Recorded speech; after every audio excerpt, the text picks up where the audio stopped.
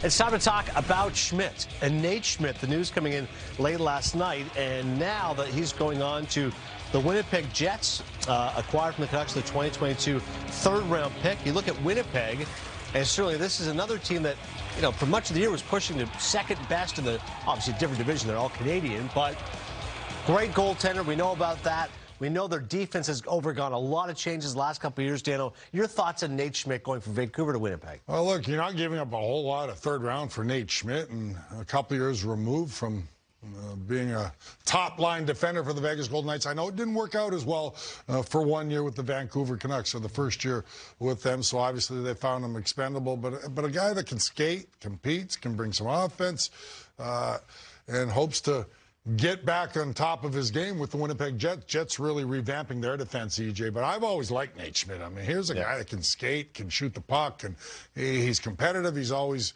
in and around the play and the puck. And like I said, it was a down year for him, and down year for a few of the Canucks players. But I keep that in perspective because of the shortened year, because of COVID, because of the pandemic, everything. Well, the dynamic was a little bit different, obviously, for a lot of players, EJ. We don't know how each one handled it.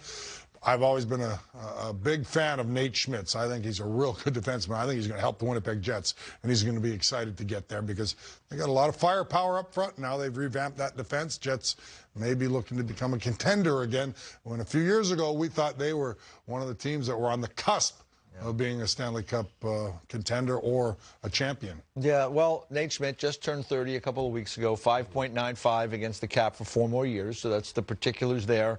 I think in Vancouver, one of the reasons it didn't work is they have a guy that's very similar to Nate Schmidt in Quinn Hughes. So you don't need 2 smaller puck-moving defensemen on the same team. So that's why I didn't think it was a fit.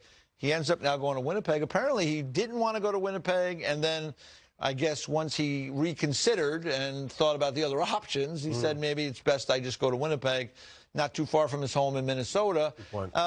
So we will see how it plays out there. I mean, the Jets were a team that had that big, really good defense a couple of years back, and then Bufflin's situation unfolded, and he's been out of the game. Went to New York.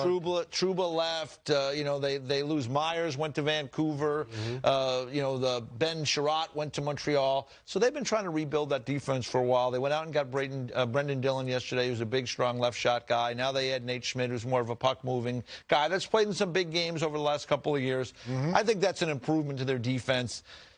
For that team, that's the area that they needed to address, and they've done that. So now we'll see if Kevin Cheveldayoff has any other moves up his sleeve.